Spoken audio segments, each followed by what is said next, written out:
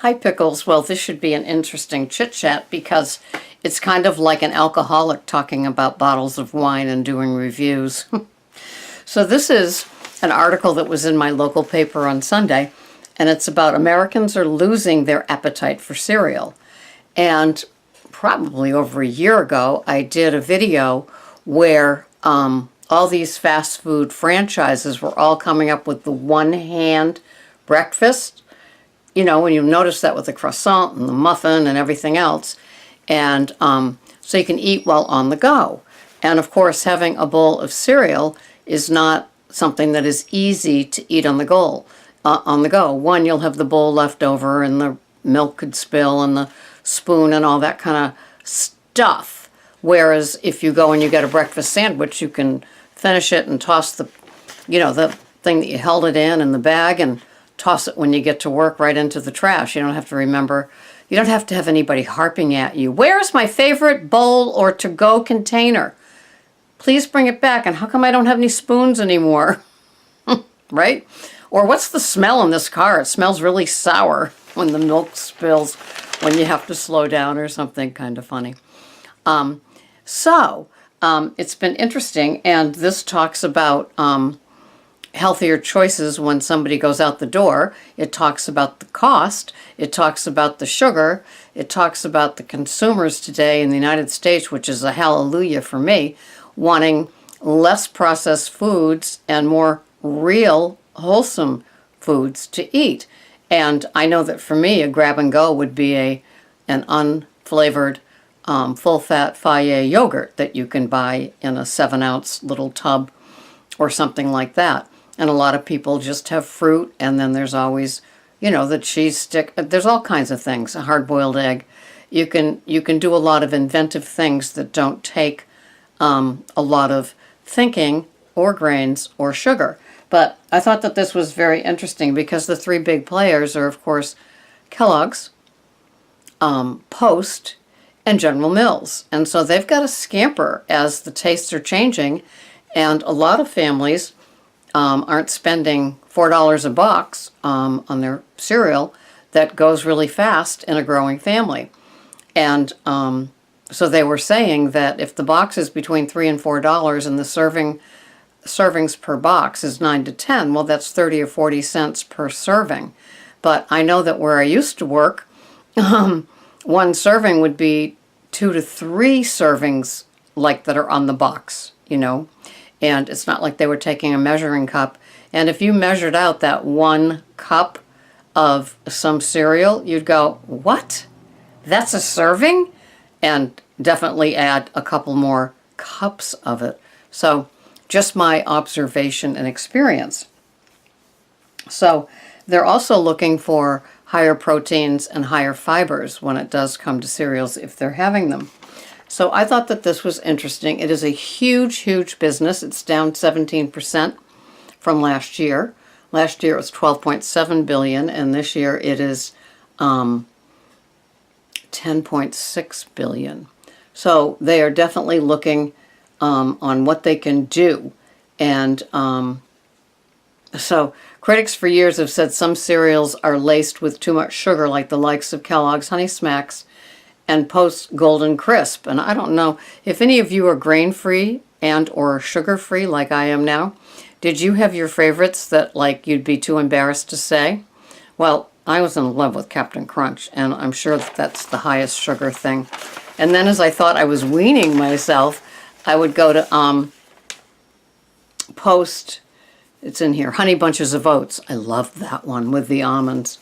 So they list the top-selling U.S. cold cereals, and Honey Nut Cheerios is the big one. 516 million in sales for Honey Nut. Frosted Flakes is next, and considerably less, 422 million. Then comes Honey Bunches of Oats, Cinnamon Toast Crunch.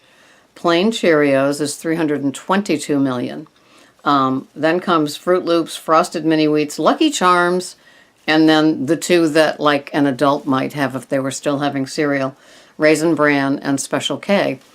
And they were touting Raisin Bran's granola clusters that they are now making, so you could have it more as a snack, like say out of a baggie on your way without the milk and the spoon, which would make people that hold the custody of their bowls and spoons very dear. Not that I was ever one. Come on.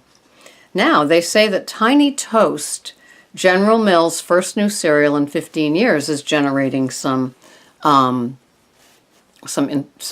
action, and it is flavored with real strawberries and real blueberries and contains no artificial colors or sweeteners. I don't even think I've seen them on the shelves, but then again, I'm not in the cereal section.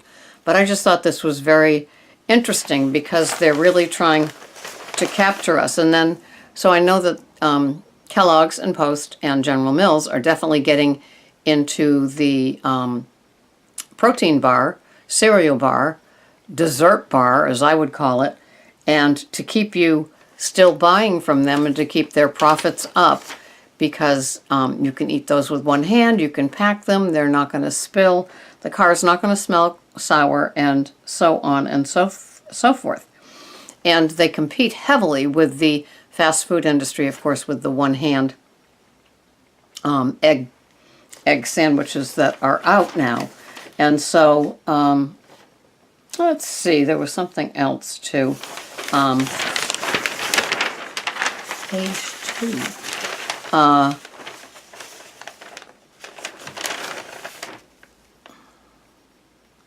So anyway, that's about it. And so I just thought that that was kind of interesting. And I can imagine them feeling the pinch as more and more people try to shy away from the grains and the sugar, at least shocking your system early in the morning with that kind of thing. And trying to find the alternatives. You know, when I was huge cereal eater, and I would have Trader Joe's high fiber cereal, and then I would add things to it. Underneath it, I would add a cup of puffed wheat, because that was Hungry Girl's little trick to make, you know, your meal, your cereal bowl a little bit plumper.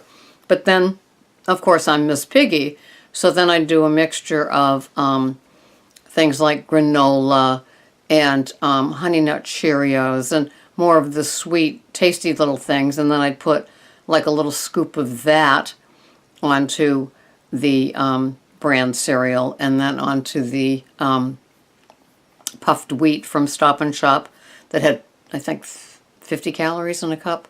And then I didn't add sugar, but then I always had to have a banana with it too. And I ate that every single day, and I never got sick of it.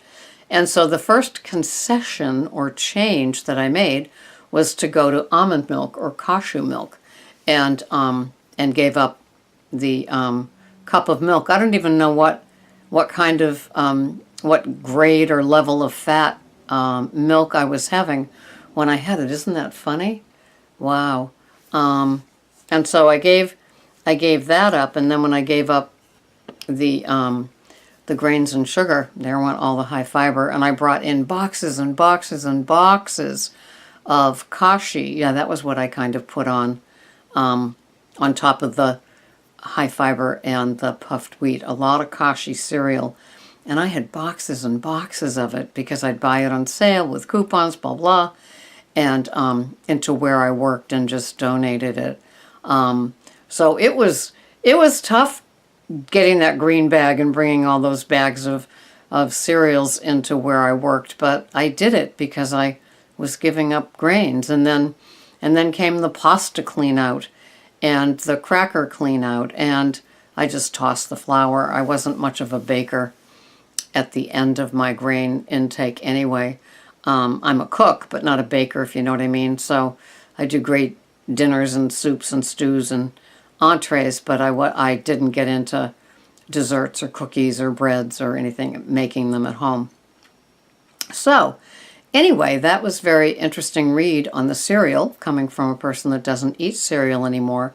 But it's always interesting to see how these big league United States food industry people handle the turn of how we're feeling. And they put that the president of General Mills said that when they started touting Cheerios as gluten-free, their sales bumped up too, because a lot of people aim for that first. And I think I did that too, aiming for the gluten-free before I could go free of all the grains. So it's just a very interesting journey with us if you're still eating cereal and you're trying to switch it up, or if the only cereal that you're having really is something like steel-cut oats done up right.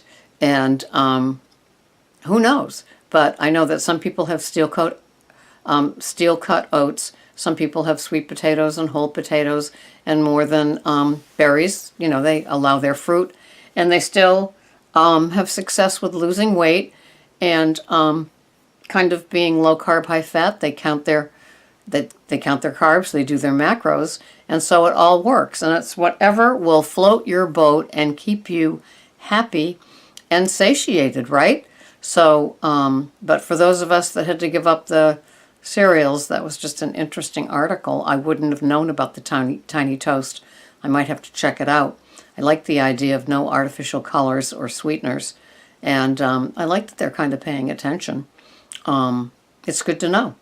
And so, with that, I will close my little pickles talking about a subject that I no longer partake in, but I just thought it was worthy of a video. Have a wonderful day. This has been Sarah, Pearls of Wisdom and Food. Bye-bye for now.